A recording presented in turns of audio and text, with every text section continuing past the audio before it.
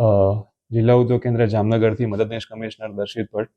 આજે આ કમ્પ્લેન જે આવેલી હતી માનવ કલ્યાણ યોજનાની, તેના સંદર્ભમાં સ્થળ તપાસ કરી અને જે અરજદારો હતા ને સૌને મળી રૂબરૂ ચર્ચા કરી તેઓના પ્રશ્નો સાંભળ્યા છે અને નોટ કર્યા છે.